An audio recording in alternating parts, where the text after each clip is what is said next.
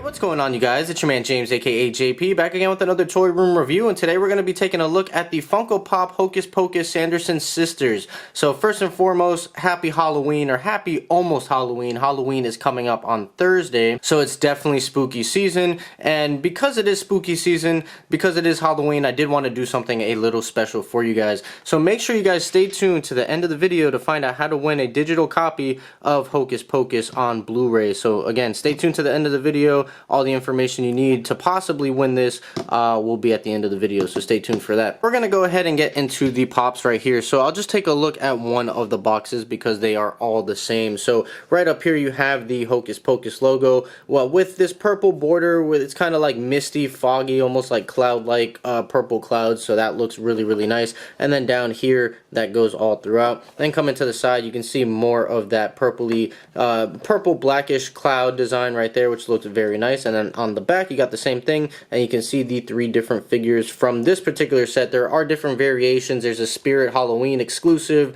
it's like a big diorama set. There's these individual sets. So as far as these individual sets, these are the three that you can get. And again, you do have that nice purple background with the Hocus Pocus logo. And then coming to this side, you guys are all pretty much familiar with Funko packaging. So like I said, the packaging is the same for all of them, with the exception of just the artwork for each specific figure. So that's pretty much it for the packaging. So let's go ahead and get these out of the packaging and take a closer detail look. Alright, you guys, and here are the Sanderson sisters out of the packaging. Now, having these out of the packaging and having them in hand and getting a closer look at them, I actually love these a lot more having them outside of the packaging. They look amazing. There's a bunch of little hidden details throughout all of them. So let's go ahead and take a look. We're just going to go left to right. So we'll start with Mary and then work our way through. So taking Mary, and we'll move these girls to the back right here. We'll kind of get them out of the way. So let's go ahead and start with Mary. So you can see very, very good head sculpt. They're automatically recognizable, so I really do like that. And I love the little detail right here with the freckle. That is very appropriate. And then I love all the eyeshadow and all the makeup detail that's on all of these, and they are very pale, as they should be as far as their skin complexion, which is very nice.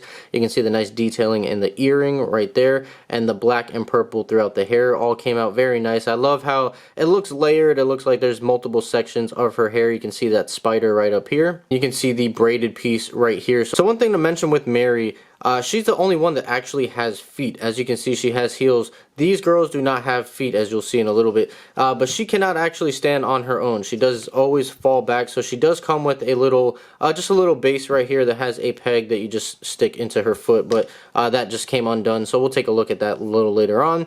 But as you can see here, very nice black and purpling detail all throughout the hair. I do have a little purple smudge right there, but it's on the back, so it's not that big of a deal, but that is there, that is noticeable. And then coming around, that looks all very, very good. And coming down to her dress, there's just a bunch of different sculpt work and different designs going on with the checkered pattern right here, as you can see. But then you also have the purple and the oranges and the maroon colors all throughout. So just a lot of great detail, different textures, patterns, colors, just a whole lot going on, and I really, really do love that. You can see that she is holding it on this side here. You can see she is holding a remote. Let's see if we can. There we go. So you can see the remote. It's very small, but there is a nice amount of detail on there with the amount of different buttons that are sculpted in and everything like that. And then it has been a little while since I have seen the movie, which is actually why I bought the Blu-ray. So I don't remember what this is. From the looks of it and how it's sculpted and everything, it looks like peanuts. I could be wrong, but it definitely looks like a bowl of peanuts right there. So whatever it is, you can see it is sculpted very nicely. Right there you got the orange, and then you have the bowl done in that gray color. And like I mentioned before, she is wearing heels. You can see her black heels right there, but she will not stand on her own with those heels. And then on the back you have the red cape, which is done in a softer rubber pliable material. As you can see, you can kind of move it around, and you do have some detailing with the checkered pattern right there in the back, which is very nice. And then as far as articulation, we all know Funkos, only the heads can move typically most of the time. So again, we have the base right here, so I'm going to kind of stick that in her peg hole in her shoe, and there we go. So she's on the base, and now she can stand up. So that is Mary, so let's go ahead and put her to the back, and we'll take a look at Winifred right here. So again, great detailing on all of these girls right here. Again, nice pale complexion, but you can see a little bit of the blush right there. It's very subtle, but you can see some blush right there on the cheeks, as well as the orange eyeshadow, and very thin eyebrows right there. I love the earrings right here. They're done in a nice gold with pink pink. They stand out a lot more than Mary's just because of the paint on here. The gold is very nice, very shiny. And you can see her hair. A lot of great sculpted work in here. All the different swirls and everything like that. Different texture when you actually feel it. So that is very, very nice. Just great sculpt work as you can see all throughout here. Looks very, very great. And coming down to her clothes, a lot of great little details on her as well. So she is done in green with gold, but you can see all the little golden symbols all put on right there, and it goes all throughout. And it's done in a nice glittery gold, and so are the little like tassels and little trim pieces, as you can see right there. So that looks very, very nice. And again, she has no feet, so she's just got a flat bottom right here. Now, she is a little wobbly because of the cape. So when you kind of put her down, you can see she does wobble a little bit, but she never tips over. She stands up very nicely. And we can see the great detailing here with the translucent green lightning effects coming out of her hands. That looks very, very nice. These are just like a softer rubber material.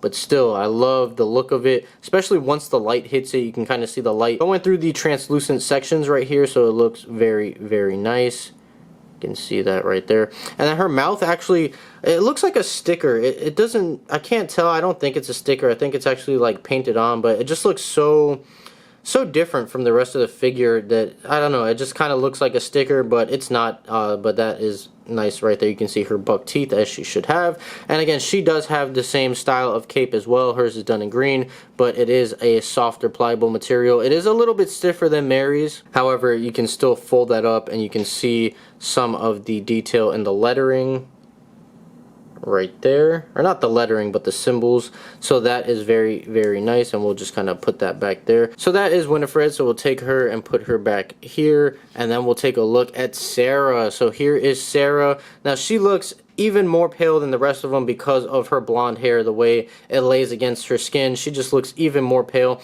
Now, she's the least favorite for me out of, as far as the Funkos go, out of these three. I feel like she has the least amount of design and everything going through her, but in the movie she is my favorite. But as far as these Funkos go, I feel like Mary and Winifred definitely have way more detail and just much more going on with them. So again, she doesn't have feet either, as you can see right there. So she has that flat bottom, and she again does kind of wobble, but she stands up just fine. And as you can see right here, nice detailing with the little birthmark right there, nice eyebrows, and again you have the subtle hints of eyeshadow.